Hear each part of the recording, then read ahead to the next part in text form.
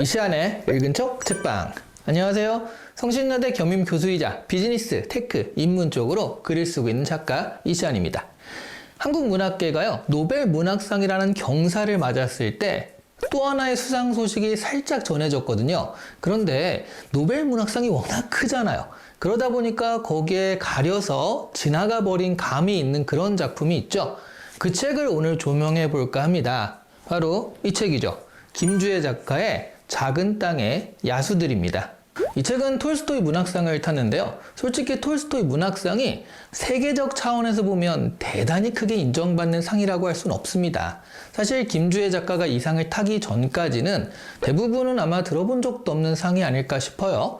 이 상은요, 2003년에 삼성전자 러시아 법인이 주도해서 만든 상으로요, 역사적으로나 권위적으로 큰 상이라고 할 수는 없는 거죠. 다만 톨스토이란 이름이 있으니까 대단해 라고 보이는데요, 우리나라의 박경리 문학상처럼 이 위대한 문호의 이름을 딴 그런 상인 거예요.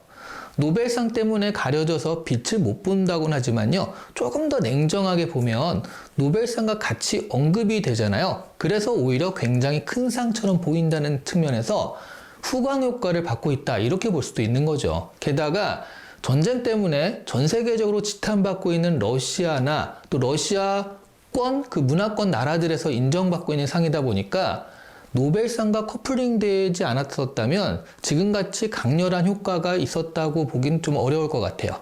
그런 것을 감안한다 해도요, 한국 문학이 세계적으로 인정받고 있다는 것은 정말 대단한 일입니다. 솔직히 이 책을 읽어보면 문학적으로 정말 대단한 경지에 이르렀다, 이런 느낌이 그렇게 크진 않아요. 한국의 스토리를 몇몇 개인들의 인생 여정에 얹어서 미시사적으로 풀어낸 외국 소설이다, 이런 느낌이 강하거든요. 그런데도 상을 탔다라는 것은 한국의 스토리가 그만큼 매력적이라는 말이기도 합니다. 그런데 제가 느꼈던 약간 외국 소설 같다라는 감각은요, 사실 이게 번역서이기 때문이에요. 원작을 영어로 쓰고 한국말로 번역을 한 겁니다. 저는 100년 전의 인물들이 굉장히 현대적으로 말하고 생각하고 하는 느낌이라 조금 어색하기도 했고요. 뭔가 한국 소재지만 한국적이다라는 느낌은 좀 덜했거든요. 알고 보면 외국인의 감각으로 영어를 써가지고 한국 스토리를 활용해서 작품을 썼다, 이렇게 볼 수 있는 거죠. 호랑이 이야기로 시작을 하고요. 그것이 작은 땅의 야수들이라는 제목으로 연결되지만 이 소설의 주인공은 오키입니다. 중간에는 야수와 가장 근접한 인물인 정호가 주인공인 듯 싶긴 하지만 결국 끝까지 살아남아서 에필로그를 말하면서 또 다른 후세를 길러내는 역할을 맡은 것이 오키거든요. 오키는 가난한 집에서 태어나서요, 어린 나이에 기생집으로 팔려갑니다. 다행히 오키는 극단에서 노래와 춤 공연을 하다가 영화배우로 발탁되어서 당대 최고의 인기를 누리는 영화배우가 되는데요. 한철이라는 인력거꾼을 사랑하게 되어서 한철이를 뒷바라지 해주거든요. 그런데 이 슬픈 예감은 틀리지 않죠. 한철은 성공을 하자 오키를 배신하고 부잣집 사위가 되어버립니다. 또 하나의 주인공이라고 할 수 있는 정호는요, 어린 시절에 부모를 여의고 개성으로 와서 거집의 두목이 됩니다. 어린 시절 오키가 기생집에 있을 때요, 기생 행렬에 참여한 적이 있었는데 그 행렬에서 오키를 본 정호는 거기에 반해서요, 그 한 번 보고 반해서 오키를 무조건적으로 도와주는 그런 키다리 아저씨가 되죠. 나중에 정호는 자신의 멘토가 되는 명보를 만나서 독립운동을 하게 되는데요. 그러다가 공산당원까지 되거든요. 근데 너무 결말까지 다 이야기하면 스포가 되니까 여기까지만 이야기하도록 할게요. 그런데 사실 이 책은요, 거의 600페이지에 이른 긴 소설이고요. 형식 역시 대하소설에 가까워서 정말 많은 등장인물이 나오고 사건들이 나옵니다.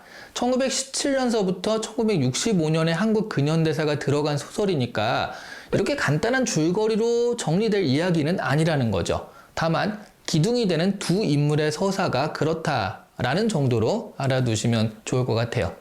개인적으로 이 소설은요, 대하소설 치고는 가볍고요, 연애소설 치고는 무겁다라는 느낌이에요. 일제치하의 한국의 상황은 배경과 등장인물 행동의 모티브로 등장할 뿐 독립운동 자체가 치열하게 그려지는 것은 아닙니다. 그리고 해방 이후 이념의 대립으로 인한 혼란은요, 등장인물들의 처지가 하루아침에 바뀌는 식으로 가볍게 지나가기도 하고요. 외국인이 한국인의 스토리를 조사해서 조금은 피상적인 느낌으로 쓴 책이다. 뭐 그런 느낌이 있어요. 그렇기 때문에 오히려 외국인들에게는 잘 읽히는 것일 수도 있다라는 생각도 합니다.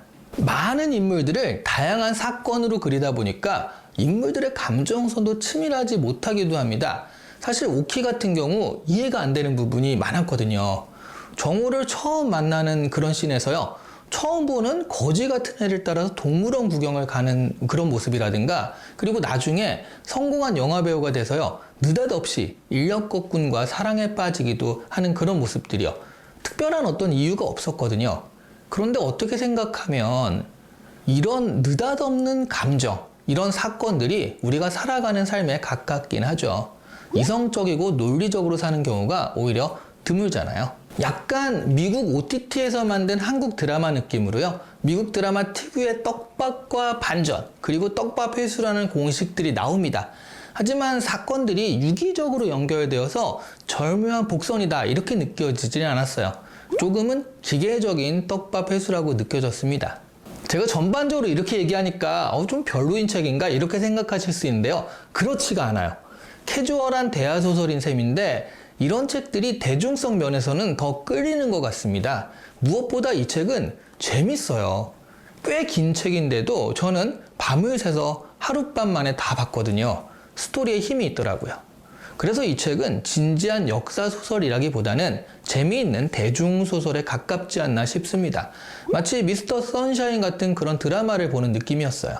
요즘 들어 세계 속에서 K 콘텐츠의 위력이 빛을 발하는데요. 빠찡코 같은 작품을 봐도 그렇고 한국의 굴곡진 역사가 만들어내는 다양한 스토리들이 굉장히 흡입력 있는 소재가 되는 것 같습니다. 이 작품 역시 마찬가지인데요. 중요한 것은 재미라는 거죠. 한국의 역사를 알리려고 해도 그것을 대중적 재미에 싣지 않으면 널리 퍼지지 못하겠죠. 최근 나오는 K 콘텐츠들, 소설들이요. 기본적으로 손 뗄 수 없는 흡입력으로 재미를 보장하다 보니까 그것이 세계적으로 흥행하고 인정받는 소설, 드라마들로 재탄생한다라는 생각입니다.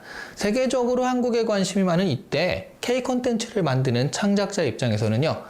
어떻게 하면 대중적으로 재미를 만들어갈까? 이것을 좀 진지하게 고민하게 되네요. 오늘 이 시간에 읽은 척 책방은 김주혜 작가의 톨스토이 문학상 수상작 작은 땅의 야수들이었습니다.